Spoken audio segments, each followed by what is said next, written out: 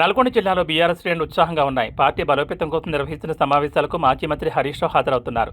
ఈ క్రమంలో ఆయన పర్యటనలో భాగంగా కొండమల్లేపల్లిలో పార్టీ కార్యకర్తలు భారీ ఎత్తున స్వాగతం పలికారు. నల్గొండ జిల్లా కుర్రంపోడులో నిర్వహించనున్న పార్టీ కార్యకర్తల సమావేశానికి మాజీ మంత్రి హరీష్ రావు బయలుదేరారు. ఈ ప్రయాణంలో భాగంగా కొండమల్లేపల్లి వద్ద ఆయనకు కార్యకర్తలు ఘనస్వాగతం పలికారు. కొండమల్లేపల్లి పాల కేంద్రం గెస్ట్ హౌస్ వద్దకు చేరుకున్న హరీష్ రావును చూడగానే కార్యకర్తలు నినాదాలతో హోరెత్తించారు.